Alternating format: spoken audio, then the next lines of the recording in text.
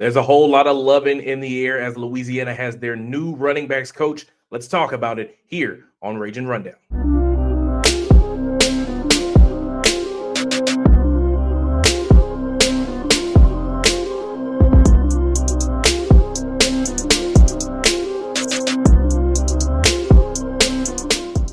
What's good, ladies and gentlemen, and welcome into another episode here on Ragin Rundown. I'm your guy, Marquase Fitzpatrick, but you can always call me Fitz. If this is your first time making it to the YouTube channel, please hit the bell down below and subscribe so you know when we're dropping episodes. If this is your first time listening, please do me a favor and subscribe to the podcast feed wherever you get your favorite podcast so you know when we're dropping episodes. And on today's episode, we finally have some good news coming in. I know that it's been a very interesting sequence of an offseason with the transfer portal and a couple of coaches leaving as well here in the offseason for the Ragin Cajuns football program.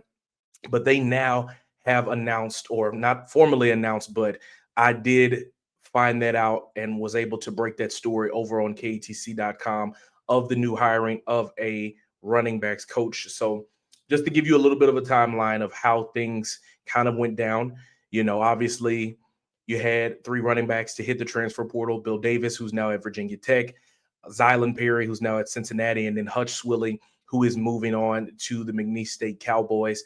And in the process of all of that happening, Matt Bergeron decides that he is going to take the offensive coordinator job at Southeastern. He had a desire to be able to call plays, and this was his shot to be able to go and do that. After 8 seasons with the program, he moves forward and joins the Southeastern Lions. So there is an immediate opening for the running backs coach position, and the Cajuns really didn't take long. I believe about a month later, Marquase Lovings will be returning to Cajun country and being in his second stint in the Vermilion and White. I learned of this somewhere around 2 weeks ago or so and kind of sat on the information for a while, as long as I could. But then after our Monday availability, where we talked to UL coaches, we talked to Coach Quantis White and Coach Gary Broadhead of basketball. I'm coming out of the Cox Communication Building and I see Coach Lovings, and I'm like, "Hey, how you doing?" I introduced myself to him. We have a brief conversation. He was truly excited. He's not officially, onboarded and everything like that, but all signs are pointing to that with him being on campus and not being at Arkansas State, where he had been for the past 4 seasons. So that is your new running backs coach. And in terms of familiarity, this is huge. This is someone that understands your program, who has ties to the community. His wife is a Lawtell native and also graduated from UL. So they get it. They understand. He was a part of this program for some time. And, what I have kind of picked up on from the way that Coach Desimo has hired guys, how he's brought guys into the program, is that they get it. They have some form of a connection to the area, some ties to Louisiana or deep into the South, and they truly stay committed to the program and the perspective and vision of what he has and what he is trying to continue to build here with the Ragin Cajuns. And so if you don't know about Coach Lovings, a little bit of background about him, and you can read more about this article over on KTC.com where I broke that story. He is from Gainesville, Florida, and also coached with the Ragin Cajuns from 2011 to 2017. And in that time, he was able to coach the likes of, Elijah McGuire, who, is one of the all-time greats when you're talking about Louisiana Ragin Cajuns football. Around that time, he earned Sun Belt Conference Player of the Year, Offensive Player of the Year honors. He rushed for more than 4,300 yards and 42 touchdowns in his career, en route to being a 6th-round draft pick for the New York Jets. But he was also responsible for what Arkansas State was able to do in terms of running the football over those past 4 seasons. He got there in 2022, and in that time, originally the Red Wolves were only rushing for about 88 yards per game. 2 years later, they nearly doubled that average with 156. And he was able to coach guys like Zach Wallace, Jaquez Cross, Cedric Hawkins, Johnny Lang, and a lot of those guys were able to earn all Sun Belt honors along the way. So this is someone, like I said, that has a lot of familiarity and connections in the state of Louisiana. He coached at Nichols in 2018, helped the Colonels to secure their first back-to-back conference championships. And then he started kind of his collegiate career back in '07 as a defensive quality control coach and graduate assistant at Mississippi State. That was the time when Fletcher Cox was there. So he was a part of seeing a lot of those guys as well. In his time while he was here at UL in 2014, he was a nominee for the Broyles Award, which is an award that goes to one of the top assistants in the country, if I'm not mistaken. I believe that's what that is. And he was also recognized as a member of the AFCA's 35 under 35 Coaches Leadership Institute.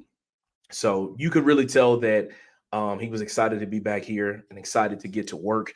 Like I said, from the brief conversation that I had with him here on Monday, as we're recording this episode, Monday, January the 12th, was when I saw him, near where the football operations building is. And I think, like I said, that this is really good for the program because you're bringing in a guy that is a proven good coach, not just a good coach. I'll go even further than that. He is a great coach and that he understands what you're trying to build here and that he knows how to develop running backs. And that's truly what you need right now. The Cajuns haven't gotten a running back in the transfer portal as of now. I don't believe that they're going to get a running back because of a lot of the targets that they've been making have not been running backs. I know a lot of people have seen Deshaun Ford in the portal now as of late, the Opelousas native that went to ULM for a season, but I don't believe the Cajuns are going to take a running back in the portal. I believe that they are confident in the running backs that they have, in the J.J. Gardners and the Darrell Smiths and the Stephen Blanco and the Key Ryan Smith coming in as a true freshman from Holy Cross. I believe that Coach Des is confident enough in Coach Lovings, and he knows that he can come in and can develop these guys and teach them about maintaining ball security, having really good vision, being able to find the crease. And like we've talked about before, you're going to have a lot of experience coming back on that offensive line. George Jackson is going to come back because of a medical red shirt. Caden Morrow is coming back as well. Jacoby Isom is going to be coming back after playing in his freshman year. Cooper Fordham is going to be back. You're bringing in Jace Mitchell out of the transfer portal, who transferred in from Tulane. So you have a collective group of guys that are going to be experienced. The point now is just to get them to all work five as one and be able to create holes and running lanes for the running backs to be able to find creases and be able to break off big runs. And obviously, UL has always liked to maintain a rotational system of backs. And with the amount of talent that you have, I'm almost confident that Coach Lovings will know how to split those carries up. UL has always kind of been a 60-40 type of offense where they run it predominantly more than they throw it. And they run the football to then eventually set up the play action passing game. And then those, slip passes to the tight end or even the deep shots down the field. And so, like I said, I believe that this is a really good hire.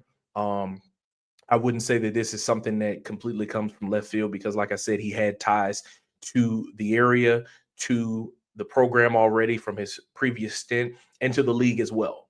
Like, you were just coaching against him last season when you were able to beat them at their place in Jonesboro, or just a couple of, I guess, a month or so ago now. So he understands the situation that you're in. He knows what you're up against.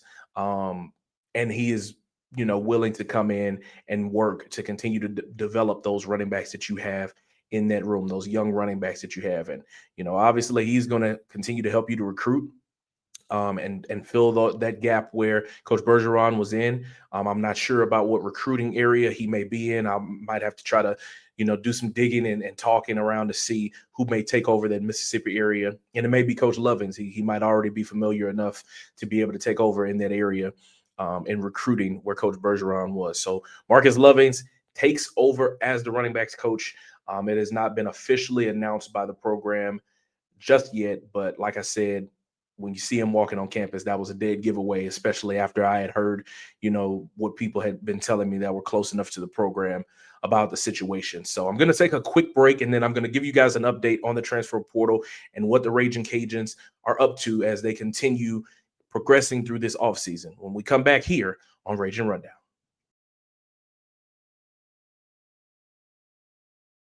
So we're now 1 week into the transfer portal window, and Louisiana has made several offers to different targets in the portal.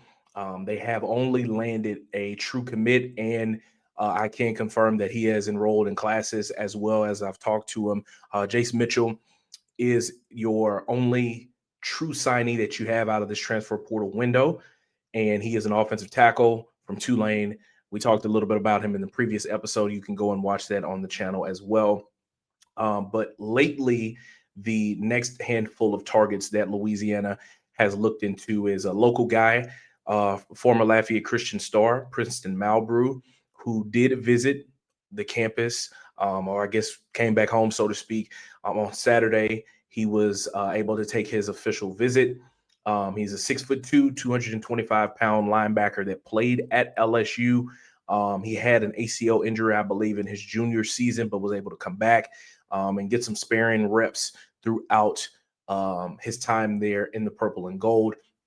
And also, Louisiana offers St. Francis edge Zachary Betts, who also was scheduled to take a visit on the 10th and 11th as well.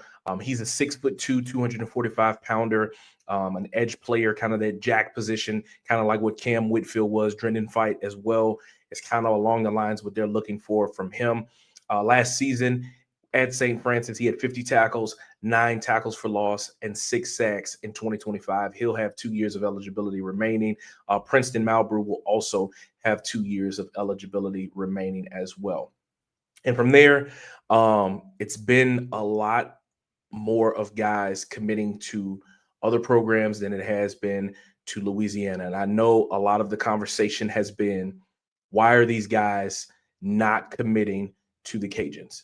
And I can understand that this is completely frustrating, especially when you see where these guys are going to. Akari Johnson, a corner that you offered, that was a transfer from Arkansas. He's headed to Louisiana Tech.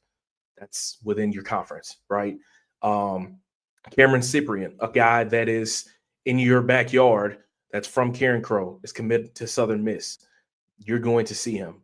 Joseph Olawayemi, the portal target that was from Harding, and then Niadi, another portal target that was from Harding University as well. Olawayemi heads to Eastern Michigan, a team that you played, and then Niadi heads to Jacksonville State, a team that you've played in the past as well. Donquarius Parker is heading to Arkansas State. Mario Nash goes to Mississippi State. Oh, and then one more player did take a visit. I was skipping over his name. I'm reading through the article that you can check out on KTC.com. Also, it's a portal tracker of every player that the Cajuns have offered, when they have visits, and all these different things like that, and eventually where they end up landing. Tyler Brumfield, who was a player that we talked about in a previous episode as well, the JUCO player that was at Snow College in Utah, that spent one season at Oklahoma State, did take a visit with the Ragin Cajuns over the weekend. He posted a photo on his social platforms on Twitter, but now when you go to that article to see the post coming up, it's showing it's not found. So I don't know if he deleted it because he's going to commit or if he's going to swing in another direction. From my understanding, a lot of what this is tied to is in the NIL and revenue sharing, space. Like I've told you guys in multiple episodes and multiple times that I've talked, Coach Dez is not interested in just bringing guys in just to say that we have the best players because we have the best players that money can buy. He is focused on getting in guys that are here for what he believes is the right reasons, which is to come and play football. It's not about making the most money. It's not about trying to make life-changing money for him. It's about getting guys in here that can fit into the culture, that understand how to win, and then ultimately fit your scheme of what you're trying to do on the field with the X's and O's. And while these guys may fit the scheme, they may understand what it takes, and they may be guys that are impact players. If they are in positions where their asking price may be more than what the Cajuns are offering, then they're probably pivoting in other directions, which is a lot of what we're seeing in this cycle for Louisiana. Now, that's not to say that this is going to backfire on the Cajuns. This is not to say that, they are not going to be able to still build a roster, because honestly, through their high school ranks, they have 25 guys that they've signed. The roster is closely built out almost. You return Lunch Winfield at quarterback. You have a few spaces along the defensive line that you might need to put a player or two in. You got Jace Mitchell coming in to potentially fill that role as a starting tackle there where Bryant Williams was. Sheldon Sampson is going to come back. You have Christian Brooks that you signed out of high school. You have Landon Strother and Jaden Johnson and so many other guys that can step up and fill in roles of places where guys may have entered the transfer portal. So now it's more about the development. This program is about developing guys through the high school ranks and then just kind of supplementing guys through the portal. Now, from my understanding, what it boils down to in the long run is that in order to be competitive in terms of retention and roster retention, UL is going to have to be able to boost their revenue, right? We're in the rev share era now where every program across the NCAA has the opportunity to be able, their athletes have the opportunity to be able to share within the revenue of up to $20 million from their program. Now, obviously, the Ragin Cajuns aren't getting that as a small part of their revenue. That's mostly their entire revenue, right? Across the entire athletic department. And so, you're comparing, apples to oranges from maybe a Power 4 program versus what you're dealing with UL. But then you look at a school like a James Madison, right? They're in a position now with Billy Napier, who he is not focused on, his salary. A good portion of it, he is trying to push that towards other things, whether that is staffing, whether that is towards revenue sharing and all of those things like now. And so UL has, their Cajun Edge fund where, people are able to donate money directly towards that revenue that can help boost opportunities for players to make money. So now you're more about getting guys out of high school that you've seen what they can do on the field in the high school ranks, that you can believe that you can bring into your program, that you can develop them. And then once you get them here, the thing that you want to be able to do is maybe retain a guy for one more year, because there are going to be instances where you're just going to simply be outbidded, right? You think about a guy like a Bill Davis or Zylan Perry. Some of the numbers that I've heard, are somewhere in the six-figure ranges, right? So because of that, you're probably not in a position to be paying multiple guys on your roster those type of numbers. But what you can do is maybe you can have enough money to where you don't lose a Zylan Perry, right, who was here for a bulk of his career and only has 1 year of eligibility left. You can maybe give him an extra X, Y, Z, whatever the number may be, to keep him because you've built that relationship with him. You've developed him well enough, and you could be able to say, hey, man, we can't offer you six figures, but maybe we can offer you something comparable that, takes care of you well enough that you can continue to play well and have a shot at potentially playing in the league, right? That's what it's going to boil down to. But on top of that, you're going to have to come into terms of helping to boost the revenue, which means you're going to have to boost ticket sales, which I know I've heard tons of people say like, oh, it's marketing. Oh, it's this person. It needs to be branded better. And we need to do all of these things. But ultimately what it boils down to is that Cajun fans are going to have to continue to support the Cajuns at an all-time level, whether that is through donations, whether that is directly paying your money for tickets, for memorabilia, for concessions, for anything that involves helping the Ragin' Cajuns make more money. That is what it's going to boil down to. Because as you continue to progress and as you continue to have success, your expenses are going to continue to go up. And if your revenue is not matching that, you're going to continue to be in a position where ultimately you're going to not be able to retain guys for maybe just one more year. Because like I said, once you get to the position where you're getting outbidded, that's when you're saying, okay, we had this guy for maybe 3 years. Maybe we had this guy for 2 years. We're outbidded from him, but we got all that we could out of this player. And I know that sucks to hear that, but right now that is the reality of college football. And it could change the way that it's governed. And I believe that it should and will change further down the line. But right now, you have to put yourself in the best position to grow your revenue so that way the players can have a little bit bigger of a piece of the pie so that way you can possibly retain more guys. So, like I said, this ultimately boils down to how you can get guys to stay for maybe that extra year, that you can maybe bring those guys in like a Jason Mitchell that you already have great relationships with. You're familiar with your staff because you don't have a lot of turnover.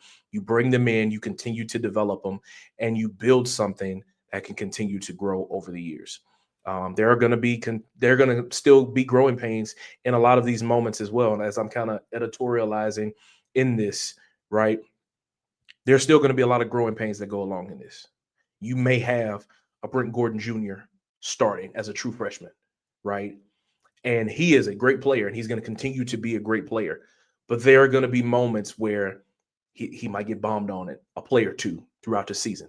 And that's okay because he's going to be able to learn from that. He's going to develop into a great player. And again, you might come into an instance where there may be an opportunity for him to go. And there probably will be, because if he continues to be a great player, the great player that the Cajuns believe that he is and can be, someone is going to see him and offer him a boatload of money. The point and the position that you have to put yourself in now as a program is to be able to have enough revenue that the athletes can get a big enough share to where you can say, Brent, we have great relationships with you here. You are at home. This is your hometown team. Stay one more year for X amount of money. And that's what it's going to boil down to. So we shall see. The portal officially closes on January the 16th, which means that players can no longer put their names in the portal, but that does not mean that anybody has to sign or commit. However, if you want a guy to be on your roster during the spring, they have to be enrolled in classes already. And for the Cajuns, classes start on January 14th, which is Wednesday. It is Monday, January the 12th right now. So the main thing that, like I said, that you're going to have to do is if you're going to get a guy to commit and enroll, that's going to have to happen within these next couple of days. So we will be keeping our eyes on that. And if and when it happens, we will let you know right here on Ragin Rundown. Hey guys, that's going to wrap it up for this episode. Thank you so much for watching. If you've made it to this point in the video, please do me a favor, leave a comment down below, like the video, and subscribe to the channel. Share it as well with someone else that may not know about us, so that way we can continue to grow this channel. If you're listening, go ahead and leave us a review and follow the podcast feed wherever you get great podcasts so you know when we're dropping episodes here on Ragin Rundown. I'm your guy, Jamarcus Fitzpatrick. We'll see you guys next time.